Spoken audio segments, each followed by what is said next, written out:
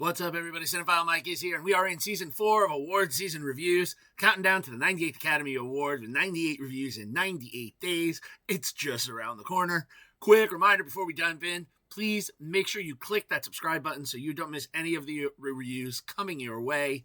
We are in our 13th theme week, and it is the other side of Awards Week, where before we get to the final showdown, we're going to be taking a look at some of the films that maybe didn't get the same recognition. And yes, we're nominated for at least one Razzie Award, but we're not here to judge. We are here to see what didn't connect and determine whether that criticism fits. Today will be an interesting one.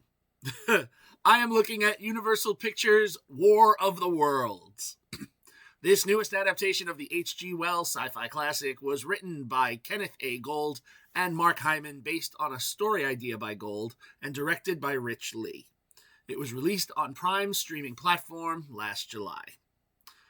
So, in this latest modern spin on War of the Worlds, the story centers on Department of Homeland Security analyst Will Radford, played in this nice close-up right here by Ice Cube, who works inside a very powerful global surveillance system, which is able to monitor pretty much anybody on Earth and determine if they're a threat or not.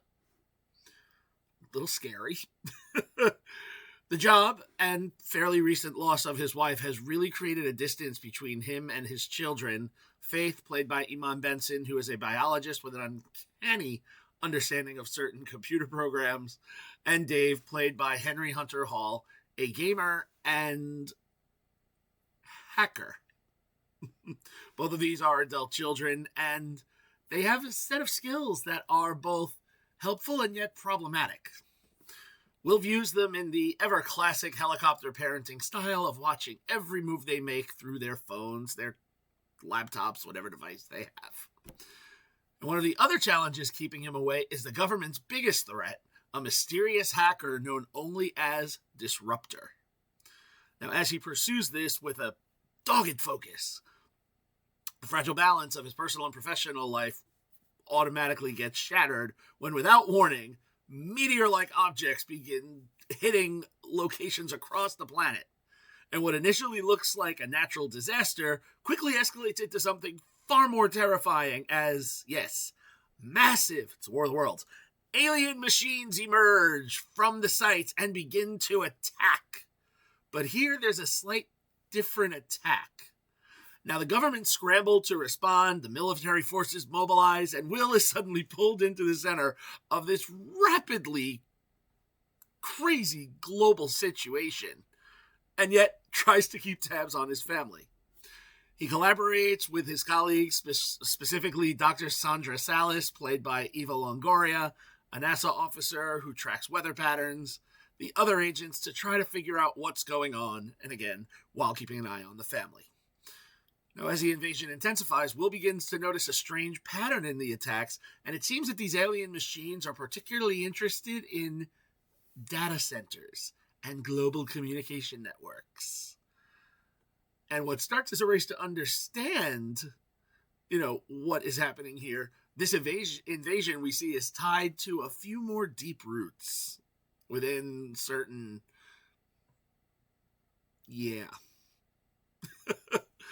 Look, here's the thing. Let's start with what doesn't work on this film, because unfortunately, there's quite a bit here.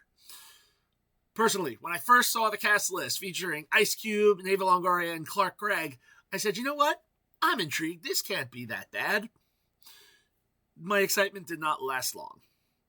Much of the film unfolds through surveillance feeds and computer screens, meaning that our cast, spends most of their time reacting to things and not really getting able to actively participate in them.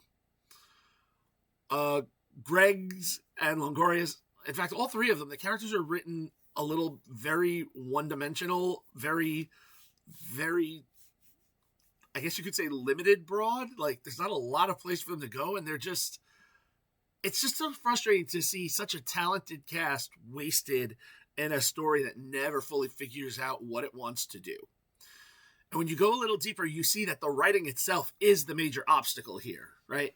The characters bounce between frustration or very overly technical hacking surveillance jargon and terminology. So it sometimes feels more like, exposition and background than an actual conversation. This whole thing being shot entirely through webcams, this is the kind of product we kind of got a lot of these during the pandemic, and some were pretty good, some missed the mark, like this one, why we're getting this now. And I will say this also, the massive product placement does not help either in this film. Particularly one scene sequence that involves an Amazon delivery drone that becomes unintentionally, at least I want to give the film the benefit of the doubt, laughable. It's a kind of scene that takes you completely out of the movie and makes you wonder, am I watching a tech commercial or a sci-fi film? Yeah, the one thing that works, the premise of an alien race invading Earth to harvest our data, that is fascinating and timely. There is something there. I'm not going to say there's not. That's, the one glow when we talk about this film.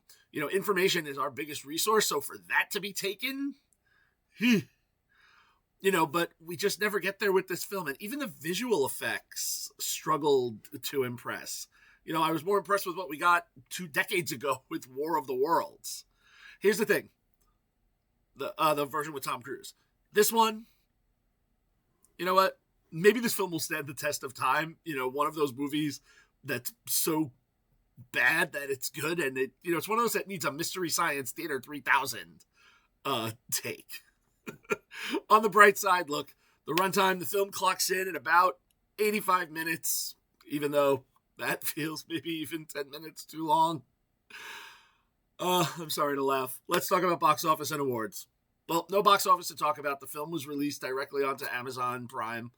Critically, this film is going to be the lowest one I talk about this season. From 50 critic reviews, this film has a 4% on the tomato meter and a not much better 20% popcorn meter from over 2,500 audience reviews. Award season-wise, the film is nominated for 6 Razzies.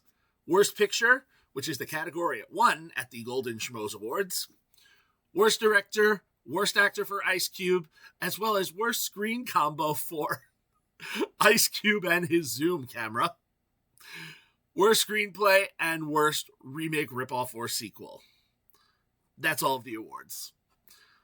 I don't want to rip too much more into this, but I will say this is the first time this week I agree with one of these, which is Worst Ripoff, Remake, or Sequel. Yeah, that one tracks. So, not surprisingly when I say this next sentence, but it is historical in season 4. Not the first time I've ever done this in an award season review, but it is for this time. War of the Worlds, 1 star.